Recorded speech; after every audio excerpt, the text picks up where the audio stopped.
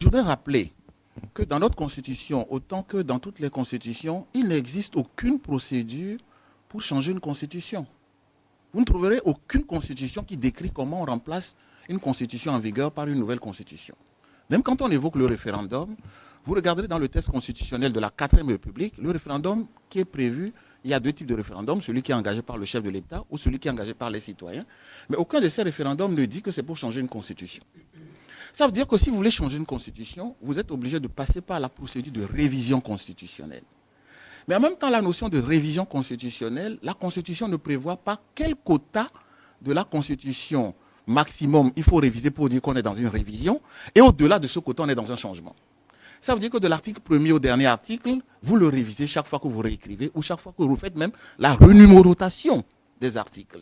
Vous supprimez un article, vous réalignez les articles, vous faites une modification constitutionnelle, et la profondeur de la révision peut amener à ce qu'on appelle un changement de constitution. Le professeur Rounak l'a expliqué tout à l'heure, vous changez de régime, vous changez un certain nombre de leviers importants de la Constitution, à ce moment on considère qu'on a changé de Constitution.